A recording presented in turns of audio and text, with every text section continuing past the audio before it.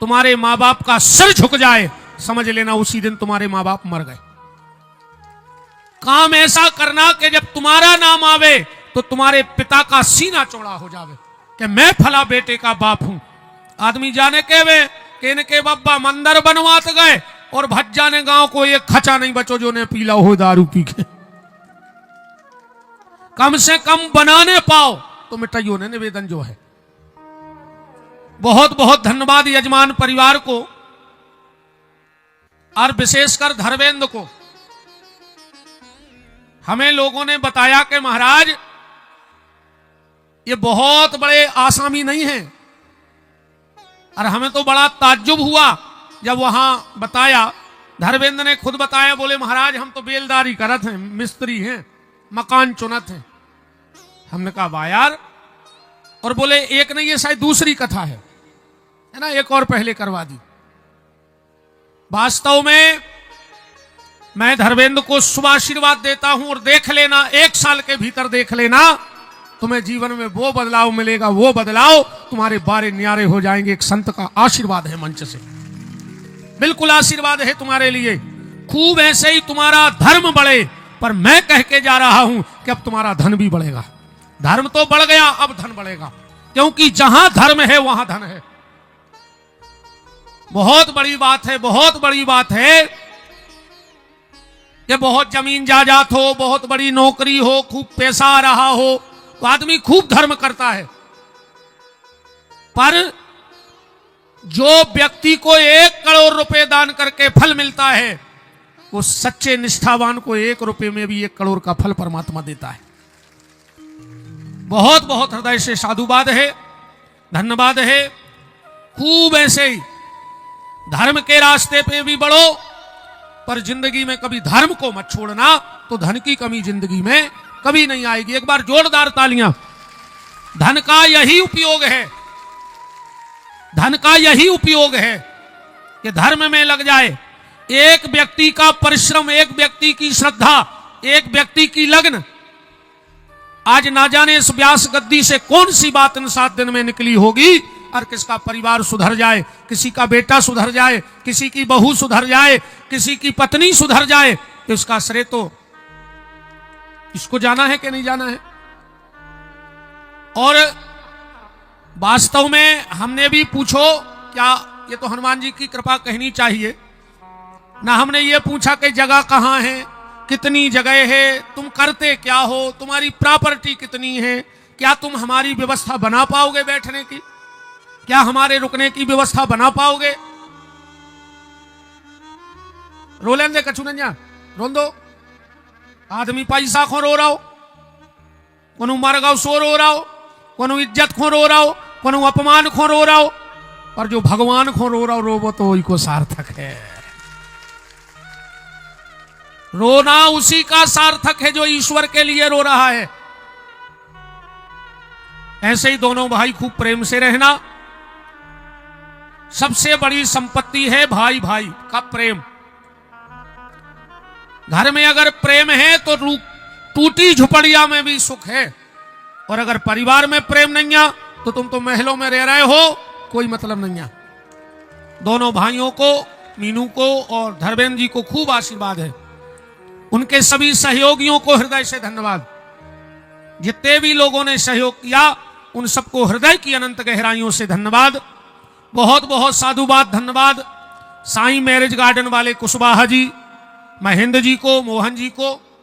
बड़ी सुंदर व्यवस्था उन्होंने की और पूरा परिवार सेवा में लगा रहा। पप्पू भाई, श्री अशोक साहू जी सरपंच महोदय, दीपू चौहान जी उप सरपंच जी, महेंद्र सिंह जी कुशवाहा, साईं मैरिज गार्डन, श्री दिनेश साहू जी पूर्ण व्यवस्था में रहेगा, श्री सालू कुशवाहा जी पूर्व सरपंच, श्री पप्पू कुशवाहा जी सब्जी वाले, श्री राजीव रावत जी, और हमारे बहुत बचपन के मित्र कहें छोटे भाई आशुतोष शर्मा जी, हमारे मित्र भी हैं और उम्र में छोटे हैं तो छोटे भाई तो हैं ही।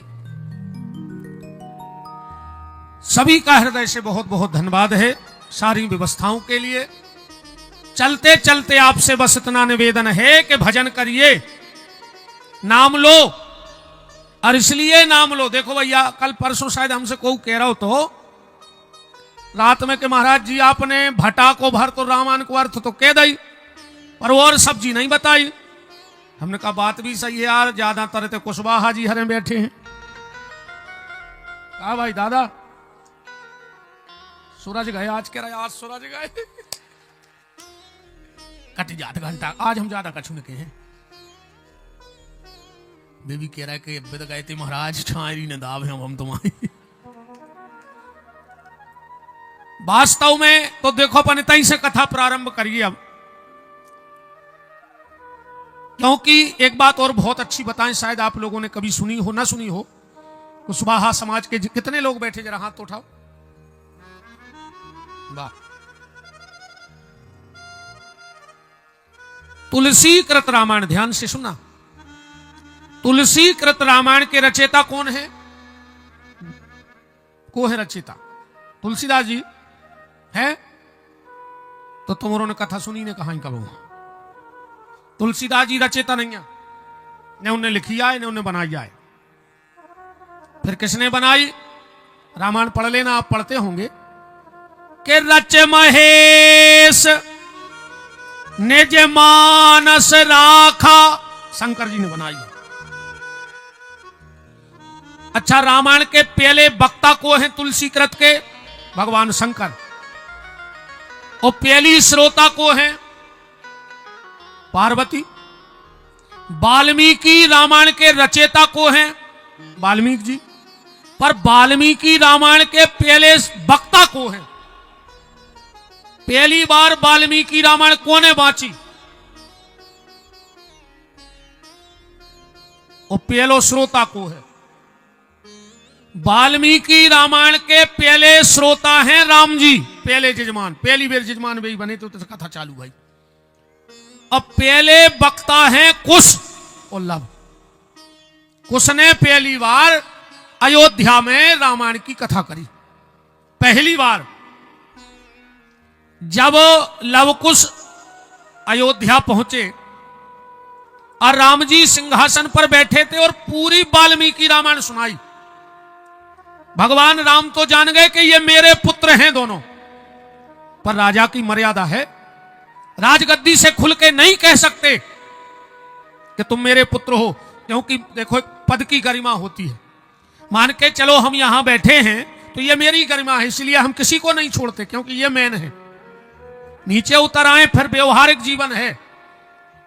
पद की ये गरिमा है कि अगर मेरा पुत्र भी व्यास गद्दी पे बैठा है तो मैं उसके पांव पड़ने का अधिकारी हूं। अगर मेरा बेटा कथा कर रहा है तो मैं उसके पांव छू सकता हूं। हमारे पिताजी भी मान के चलो कथा में आएंगे तो वो भी यहां प्रणाम करेंगे। अब वो हमें थोड़ी करेंगे, वो तो इस गद्दी को, इस पद का सम्मान है। ऐसे ही कुर्सी का एक सम्मान होता है। भाई मान के चलो तुम उम्र में बहुत बड़े हो और तुमसे बड़ा अधिकारी कोई नया लड़का बन के आ जाए तो कुर्सी पे तो वो लड़का ही बैठेगा, भले उम्र में सामने वाला दुगना हो। तो राम जी की एक मर्यादा है। तो राम जी ने सोचा कि नहीं से पूछ लें, अगर ये अपने पिताजी का नाम बता देंगे तो हम दौड़ के गले लगा लेंगे। राम जी की आंखों में तरतर आंसू बह रहे हैं, कैकेयी रो रही हैं, सुमित्रा रो रही हैं, कौशल्या रो रही हैं, वशिष्ठ की आंखों में आंसू आ रहे हैं। आधी कथा हुई, राम ने कहा, हे ऋषि के भेष में, बालको तुम बाहर से जरूर ऋषि बने हो पर तुम किसी ऋषि कुल की संतान नहीं लग रहे हो। तुम्हारा चेहरा ऋषि कुल का नहीं है, तुम्हारा चेहरा किसी क्षत्रिय कुल का लग रहा है, राजकुल का। तुम्हारे पिताजी का नाम बताओ क्या है, नाम बताओ तुम्हारे पिता का। उसने कहा, महाराज राम आप राजनीतिज्ञ हो, आपने संतों की बहुत सेवा की है, तो आपको शायद पता होना चाहिए कि हमारी संत परंपरा में पिता का नाम नहीं पूछा जाता। संतों में कभी बाप से परिचय नहीं होता है। ये बैठी है मूर्तियां, इनसे हम भी अगर इनसे पूछेंगे तो इनके पिताजी का नाम नहीं पूछेंगे, हम इनसे पूछेंगे तुम्हारा गुरुद्वारा कहां का है, तुम्हारे गुरुजी कौन है। और जो संत से उसके बाप का नाम पूछ ले, समझना वो एक नंबर का नकली है, वो साधु हो ही नहीं सकता, क्योंकि उसे पता ही नहीं कुछ। हम लोगों में पिता का नाम नहीं पूछा जाता, तुम्हारा गुरुद्वारा कहां का है। असली नकली पकड़ने में टाइम नहीं लगता है, 1 मिनट में पता लग जाएगा कि ये अखाड़े का है या ऐसे ही है। तो कहा महाराज राम, लगता है आप भूल गए, हमारे यहां पिता का नहीं गुरु का नाम पूछा जाता है। तो सुनो, हमारे गुरु का नाम है महर्षि वाल्मीकि। राम ने कहा मैं जानता हूं कि ऋषि परंपरा में पिता का नाम नहीं पूछा जाता, पर मेरा मन कह रहा है कि तुम अपने पिता का नाम बताओ, क्योंकि तुम ऋषि कुल के नहीं हो। तुम्हारा चेहरा कह रहा है तुम किसी क्षत्रिय कुल की शान हो। बताओ पिताजी का नाम क्या है। लब ने कुछ की तरफ देखा, बोले भैया या तो बहुत बड़ी गड़बड़ हो गई अपन से। बोले काहे? बोले अपन ने कबू अपनी माता से पिताजी को नाम पूछो ही नहीं है। बोले महाराज राम सच कह रहे, हमने कभी अपनी माता से पिताजी का नाम पूछा ही नहीं, तो हमें पता ही नहीं है। कुछ ने कहा रुक जाओ लब भैया, एक बार माताजी ने पिताजी को नाम लाओ तो। राम के चेहरे पे खुशी आ गई कि अगर ये सीता के पुत्र हैं तो सीता ने तो मेरा ही नाम बताया होगा, और अब ये बताएंगे कि राम, हम दौड़ के दोनों को गले से लगा लेंगे। राम ने कहा जल्दी बताओ, जल्दी बताओ क्या नाम है। लब ने कहा कुछ से कब बताया था माता ने नाम।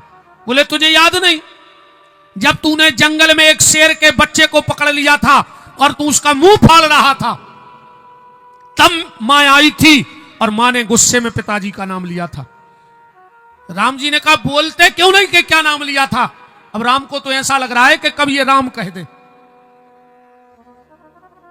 बताओ बताओ जल्दी बताओ। और नाम सुनना, क्या नाम लिया था सीता ने लव कुश के मां बाप पिताजी का। लव ने कहा कुश भैया याद तो दिलाओ, मुझे तो याद नहीं।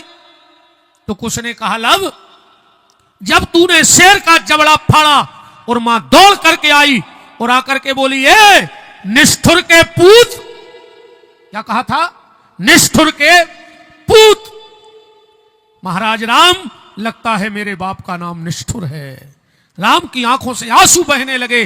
बोले तुमने सत्य कहा, तुम्हारे बाप का नाम निष्ठुर है। जब तो 8 महीने की गर्भणी नारी को घर से निकाल दिया। एक बात और सुनो, आपको बताएं, सीता माता के यहां एक पुत्र हुआ। ध्यान से सुनना बात।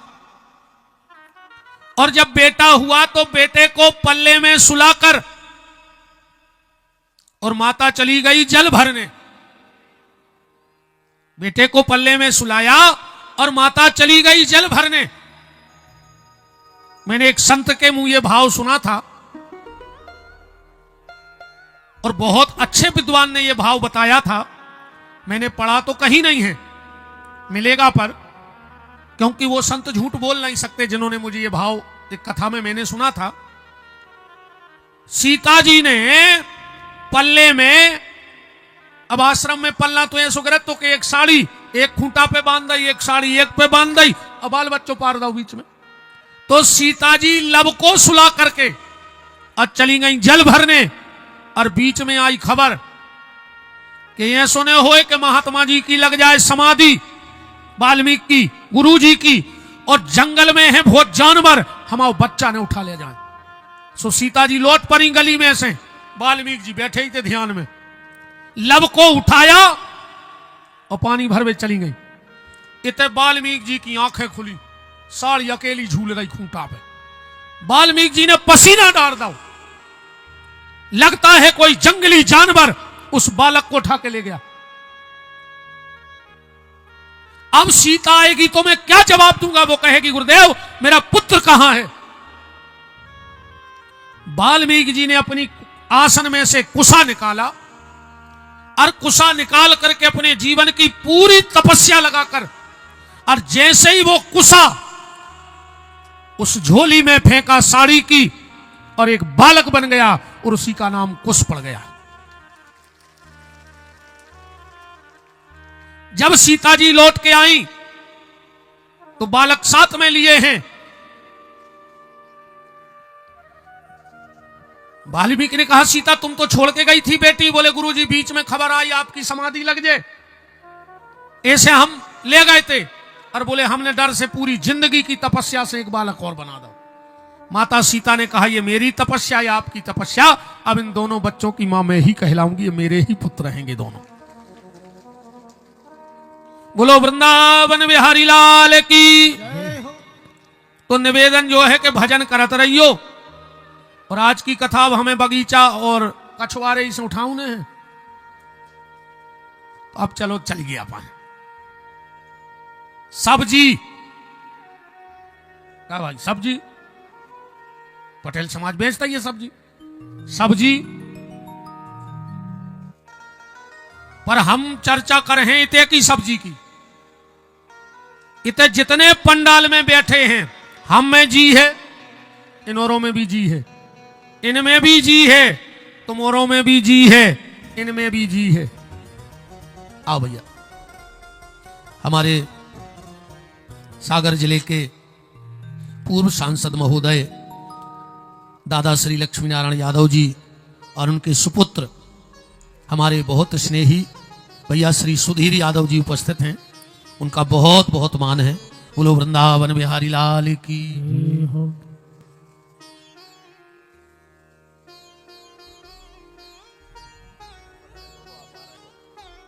विराजो विराजो।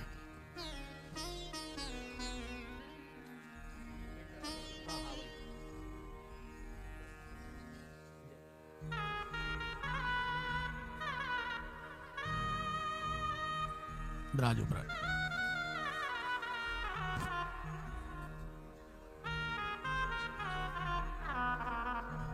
विराजो। जय जय।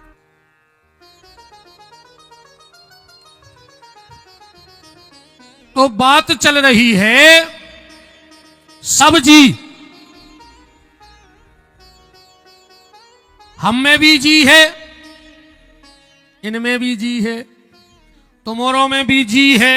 मारो तो को है नहीं आते, सब में जी है तो अपन को हो गए सब जी। हमारे भाई साहब जो कुशवाहा जी आ रहे हैं जजमान, तो चर्चा सब्जी की हो गए। अपन सब्जी है कि नहीं? बात अलग है कि कोनो भरमा कैसे भटा रे गाओ, कोनो बरभान घाई फूल रहो, कोनो लौकी घाई लंबो, कोनो कुमड़ा घाई गोल मटोल, कोनो भिंडी घाई है तो सब्जी कि नहीं है? अब एक बात बताना, सब्जी में कुछ ना हो तो सब्जी बन जाएगी। तेल ना हो, मिर्चा ना हो, धनिया ना हो, गरम मसाला ना हो, प्याज लहसुन ना हो तो सब्जी बन जाएगी। अरे कच्छू ने मिले भरत बना ले, नून मिला के खा ले। पर अगर कहूं नमक ने हो तो सब्जी ने बन। सब्जी में क्या जरूरी है? नमक। अब नमक को संतों की भाषा में राम रस बोलते हैं। तो संसार की सब्जी में या कछुआरे की सब्जी में नमक जरूरी है कि नहीं है? पर पंडाल में जो सब्जी बैठी है ये में राम रस जरूरी है। अगर ये में राम रस न गिरे है तो इस सब्जी को स्वाद कबू बन नहीं सकता। चलो आलू भरत ले, राम रस मिला ले, और कहूं एक मिर्च और मिल जाए, वो को का नाव है हरी मिर्च का नाव हो को क्या देखो मजा आ जाए। तुम्हारों ने बहुत बेची हुई है हरी मिर्च, पर तो दिमाग ने अब आओ वो बात पे। हरी में रच, अगर रचने हैं तो हरी में रच, या दुनिया रचवे के लायक है ही नहीं। ये दुनिया को रंग अपन पे नहीं चढ़ पाए, हरी में रच। और दूसरी है लाल में रच।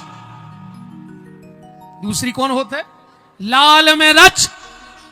और खिमलासा में तो एक आध लाल नैया, 51 लाल हैं जे में रच पाओ सो रच जाइयो हनुमान जी की सेवा में। उसका नाम है लाल में रच। और जब रच जया हो तो फिर एक मसालो और होते जीरे। सब्जी में गिरा थे उसका के जीरे जिगो मार का हो रहा है ना।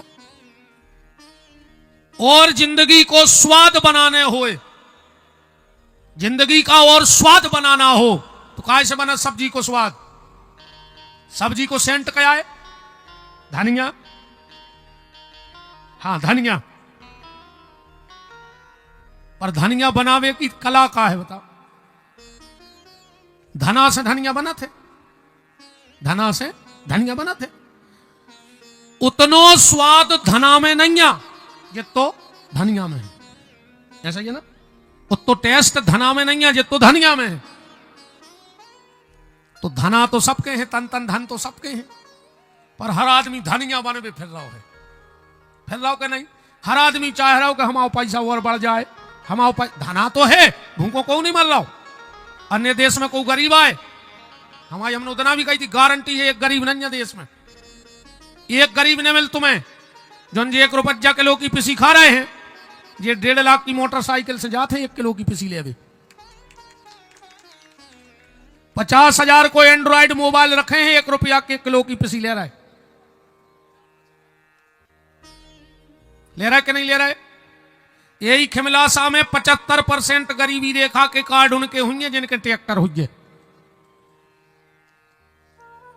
और वास्तव में जो गरीब हो को नाव न हो। तुम्हें गरीबी रेखा को परमट बनवाने ट्रैक्टर भर हो तुम्हारे ना फट्टर से बन जाए। हाँ जब बिल्कुल गारंटी जानी हो। अब तुम ग्राम पंचायत पे एक लिस्ट चिपका दे गरीबी रेखा की खिमलासा की, आधे महाजनों के चेहरा से नकाब उतर जाए आ जाए गांव में। आधे जोन जे बने फिर रहे हैं कि मैं ये ले रहा है पिसी। तुम्हें खराब लग जाए सो कल से जो ने और का कर ले हम आओ। और हम के तबे खराब लगे सो अबे भाग जा। आज तो वैसे ही जगह नहीं हम चाह रहे कछु खाली हो जाए। को तो भाग जा, खराब ही लग के भाग जा। तो धना सबके पास है, पर हर व्यक्ति धनिया बनना चाहता है। पर वो धना से धनिया बनता कैसे है? अच्छा सीधो धना, सेंगो धना अगर जमीन में बे दो तो ऊँग गया कर गया पर जात। सेंगो धना कब नहीं ऊँगा, वो फोड़ के बेने पर फिर धना से धनिया बना थे। मतलब अगर तुम्हें भगवान ने जो धन दो है कम वो तुमने पूरो गड़ा के धन लाओ तो काला धन हो जाएगा। और अगर वो में से फोड़ दो, कोनो गरीब मोड़ी के ब्याह में तनक से फोड़ के लगा दो, कोनो गौशाला में लगा दो, कोनो गरीब की दवाई में लगा दो, 2 टुकड़ा होगा कि नहीं होगा? अब वो तुमने बेया दो गारंटी कहा अब धनिया बने वो धन से। और करिए चर्चा के कथा करेगी, कथा करिए। वैसी तो चीजें तुम्हारे घर की उठा जो एक एक चीज घर में का होते पल का, वो का नाव है पल का। ठिकानो नन्या कबे को आके कह देवे के नीचे पार दे, वो नाव है पल का। वो तो पल भर को है कब भी नीचे सो जाओ, वो को कछु टेम भी नहीं। अच्छा वो पे का बिछो है बिस्तर, शब्द पकड़ो बिस्तर। संसार की जितनी विषय वासनाएं हैं वे कहां हैं? पल का पे। तो क्या करें? उनके पास न जाओ। पूरा बिस्तर बिछो ऊपर का धरत सबसे ऊपर, ताकि ये एको का नाव, ताकि ये लगाने जाओ, ताकि ये दूर से देखत रहो, ताकि ये पास जाओगे तो नुकसान, पास जाओगे तो नुकसान होगा, इसलिए ताकि ये दूर से देखत रहो बस। घर में थाली, उसका क्या नाम है? थाली। नहीं होती तो काय की थाली, था सो ले आई, वो ना हुए थाली। बोले फिर क्या की, क्या करें? बोले खाली। जब सामने आई थाली तो खाली, बोले फिर क्या करें? बगल में रखा है लोटा, हर घर में हो लोटा। कब अपनो चित्त चढ़ जाए कि लोटा जे को खा रहा है वो को लोटा। अब तुम्हारे ढूंढियो घर की एक एक चीज कहते कि भजन करो, भजन करते रहना निवेदन है, पर ऐसा भजन नहीं करना। हम लोग क्या करते हैं, 2 दिन खूब भजन कर रहे हैं, फिर 2 दिन बिल्कुल नहीं कर रहे, फिर 2 दिन खूब भजन कर रहे हैं, फिर 8 दिन बिल्कुल नहीं कर रहे। जितना भी भजन करते हो, अगर तुम्हारा नियम है कि हम 1 माला कर हैं तो करो। जरूरी नहीं है कि 25 माला करो, 1 माला करो पर नियम से करो। भजन को नियम न टूटो चज्जे। हां, कबू कबू मजबूरी आ जात कि हमारा नियम है कि 1 महामंत्र की माला करत, आज नहीं कर पाई तो कल डबल करो, गैप भरो। जो गैप होगा है वो भरो, वो भरने पर है। और जैसो समझने उसो समझ ले। ये बैठे हुए महाराज जी हरे, नियम है कि नवरात्रि में 9 दुर्गा पाठ हुए है नियम। अब कबहू कबहू ऐसी स्थिति बन जात कि 9 दुर्गा 8 दिन की पर गई। अब क्या कर रहे हैं पंडित जी, तो पंडित जी 1 दिन में 2 पाठ करत है, मन वो गैप भरत है। ऐसे ही अपन भी गैप भरो। कबहू 1 हफ्ता भजन नहीं कर पाए, कोई बात नहीं। 1 हफ्ता भजन नहीं कर पाए, कोई बात नहीं। अब 1 हफ्ता दिन रात सुबह शाम भजन करो, मनु गैप भरो। या बताओ, जैसे छत पे नसेनी लगा दे और नीचे के 2 पाया अच्छे हो और 2 पाया ऊपर के अच्छे हो, और कहूं बीच के 2 पाया नहीं हो तो छत पे चले जाओ। 2 दिना भजन कर लो, 2 दिना नहीं करो, 2 दिना फिर कर लो। जो भजन भी स्वर्ग नसेनी आए। रात में सुंदरकांड कर रहे थे जो रहे, कह रहे थे स्वर्ग नसेनी हरि कथा। तो भजन क्या है, स्वर्ग नसेनी। गोड़ा पूरे अच्छे हुए। हां, बात अलग है, जोनो कारीगर ने मिले। हम रात में विश्वकर्मा मंदिर भी गए थे, भगवान विश्वकर्मा जी के दर से अच्छी दिव्य प्रतिमा है। जैसे विश्वकर्मा जी ने मिले कि यार हम 4 दिन बाद आए हैं, अब गोड़ा टूट गया। तो भारत है जुगाड़ पे। जो अंदर विश्वकर्मा जी घुमाने जी आने, अपन का करते, एक डंडा उठाओ, 2 ही तरफ धर के तार माल लपेड़ लपाड़ के कई काम तो चल नहीं दे। तो जब तक तुम्हें जीवन में सच्चा सदगुरु न मिले, तब तक हम जैसे जुगाड़ के गोड़ा सेट करत रहो और भजन करत रहो। जो अंदर सच्चो सदगुरु मिल जाए, हमें अलग कर दियो कैसो। अब सुधीर भैया बैठे, एक बार भारत को प्रधानमंत्री ने मिल रहा हो तो एक देव गोड़ा फंसा दो, नहीं फंसाओ तो एक गोड़ा कछु देना काम लाओ, अच्छो में लगाओ। सुजो ने कहा पता ही नहीं कहां डरो। अच्छा, एक मिनट भाव तो यहाँ प्रधानमंत्री ने मिल रहा है, अब देव गोड़ा बना ले। अपन जुगाड़ को गोड़ा ही कहते हैं, उसका गोड़ा बनाऊंगा दाओ, ऐसे जुगाड़ को गोड़ा सेट कर लो, फिर माए फेंक दो, पता नहीं कहां है। ऐसे हमें फेंक दी क्यों कार। जब तक सच्चा सदगुरु जीवन में नहीं मिलता है, हम जैसे नकलियों को सहारो ले लेके भगवान को भजन करते रहो। पर भजन करो, बस निवेदन जो है, नाम जप करो, खूब भगवान का भजन करो। भजन से जीवन में देखो एक बात और, दुख तो आएगा। ऐसो कोनो भारत में संत नहीं के हाथ फेर के तुम्हारे पूरे दुख दूर कर देवे है। एक आध तन बराजो प्रभु जी है तुम्हारों की नजर में ऐसो कोनो महात्मा या चमत्कारी जो आवे और ऐसो हाथ खिमला सा पे फेर के जावे और तुम्हारों के दुख दूर हो जाए, है तुम्हारों की नजर में हो तो बताओ। ऐसो को नहीं पैदा हो दुनिया में ईश्वर के अलावा। तो फिर ये संत कर क्या रहे हैं। और हमारी कथा में तो एक और सुन लो, ने तो स्वर्ग के सपने आए, हमने आज तक कुछ नहीं कही कि तुम स्वर्ग जे हो। वो तो तुम्हें ऐसो पलका बिछो मिले है, ऐसो खावे मिले है। काय से ने हम गए आए, ने हमने बगल ही देखी आए, अन्य हमें को लौट के अवे नो मिलो आए, या हम स्वर्ग में रहे समझ आ गए 1 हफ्ता। अच्छा, ने हम तुम्हें नरक को डर बता रहे, काय से हम नरक भी नहीं गए। और जो स्वर्ग और नरक को डर बता के तुम्हें लूट रहा हो, वो महात्मा नोई, वो अपनी नई दुकान जमावे के चक्कर में कहा, बिल्कुल गारंटी है, वो अपनी नई दुकान जमा रहा हो कहा। इसलिए ना तो हम तुम्हें स्वर्ग के सपने दिखाएंगे और ना दुख नरक का दुख बताएंगे। पर हां, अगर तुम इस व्यास गद्दी की बात को मान गए तो जीते जी तुम्हारा घर स्वर्ग बना देंगे, ये गारंटी है। जीते जी स्वर्ग में जियो, मरने के बाद किसी को पता नहीं कौन कहां जा रहा है, किसकी क्या हालत है। जीवन में दुख आएगा, हम तुम्हारा दुख दूर नहीं कर पाएंगे, पर तुम्हें दुख से लड़ने की ताकत जरूर भर के है तुम्हारे भीतर, कि तुम्हें दुख से लड़ने की ताकत आ जाए। क्योंकि किसी किसी के जीवन में जब दुख आता है तो वो व्यक्ति को निपटा देता है। किसी किसी के जीवन में जब दुख आता है तो वो दुख व्यक्ति को निपटा देता है, और कोनों कोनों दुख से निपट लेते, बस अंतरित तो है। कोई कोई दुख से निपट लेता है और किसी किसी को दुख निपटा देता है। हम जिन हमारे परमात्मा बांके बिहारी की कथा सुन रहे हैं, क्या इनके जीवन में दुख नहीं था? क्या राम के जीवन में दुख नहीं था? क्या महावीर बुद्ध गौतम के जीवन में दुख नहीं था? सब महापुरुषों के जीवन में दुख आया।